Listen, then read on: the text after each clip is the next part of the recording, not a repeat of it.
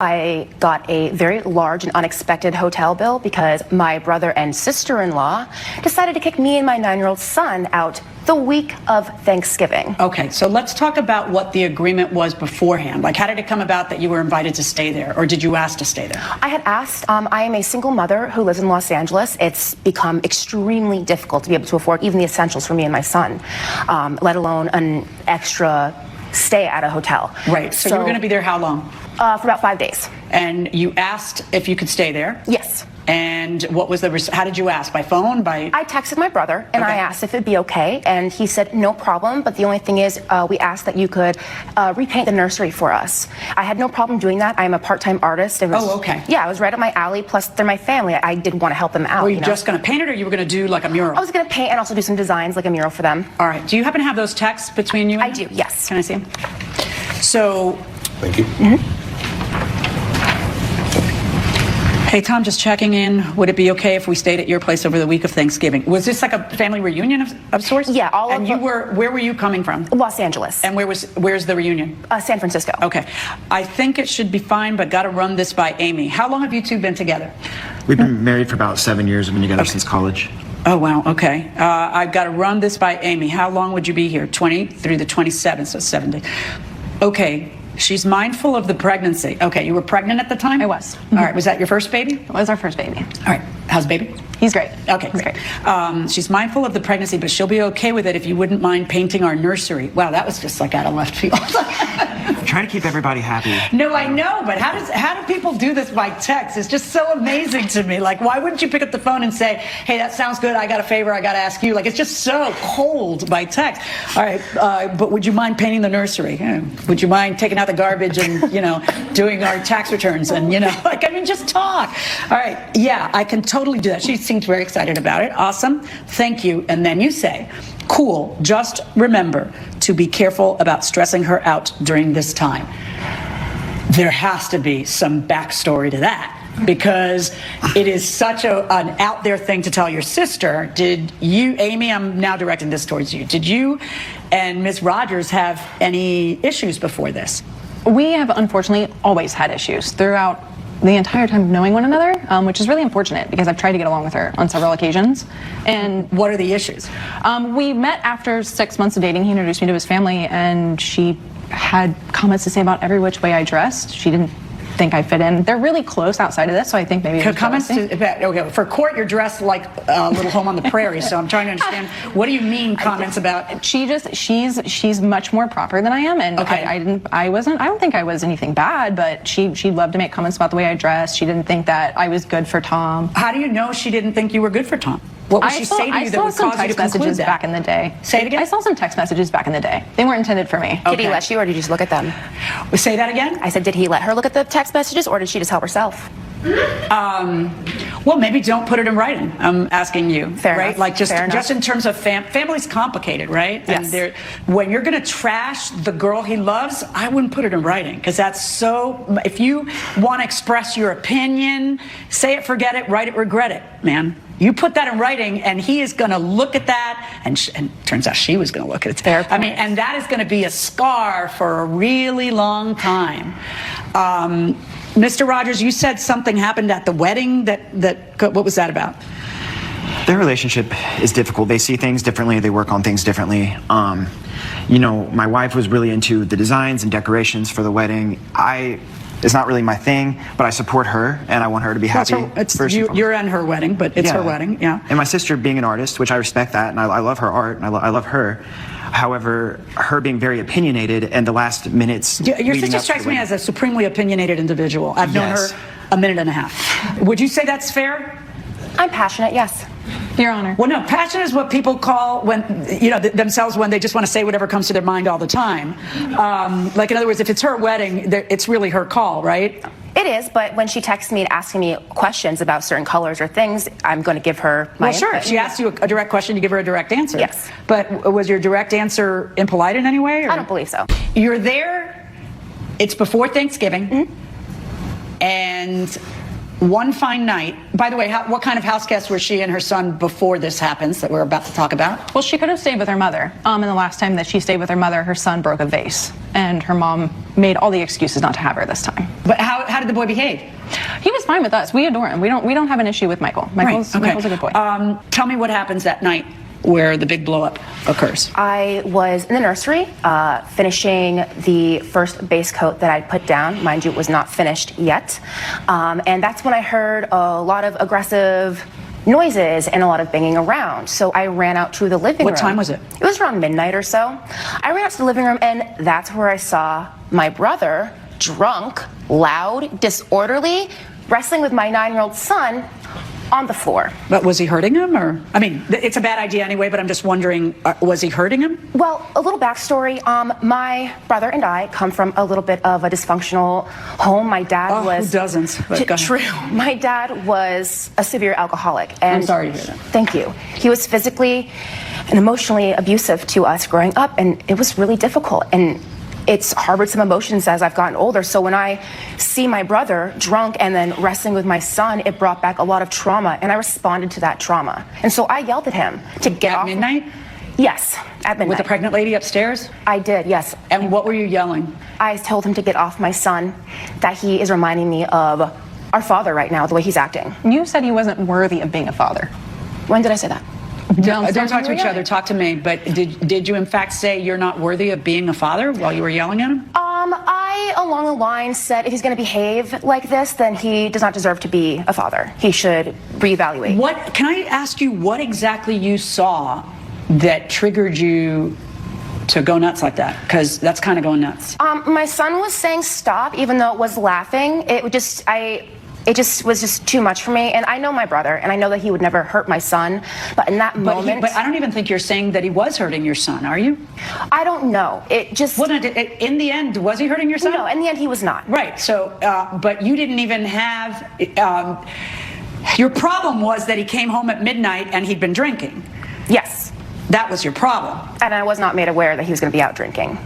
Why do you have to be made aware that he's going to be out drinking? Because as someone who's come from a very abusive household, that has to deal with drinking, I really just did not want my son or that to be around. You sound to me like the kind of person who needs a hotel. You know what I'm saying? Like, in other words, there's a difference between being an alcoholic and... Where were you that night, by the way, while your pregnant wife is upstairs and your sister, who doesn't get along with your pregnant wife, is downstairs painting a nursery? Where were you? What was the word you used for the male... Diaper party. Diaper party. A what? A diaper party. A diaper party? Yeah, so all the guys bring like a case of diapers and they bring a case of beer, and it's like their version of a baby shower. So she I love it. Who invented that? Why wasn't that around when I was spawning? Okay.